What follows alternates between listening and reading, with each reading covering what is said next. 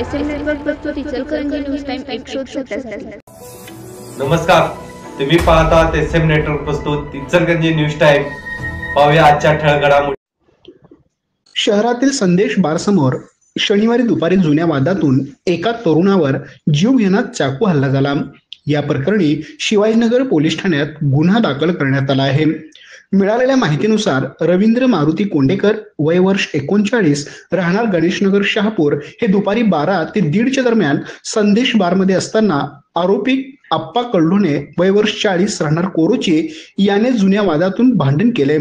संतापाच्या भरात त्याने जवळील चाकूने कोंडेकर यांच्या पोटाच्या डाव्या बाजूस वार करून गंभीर जखमी केले।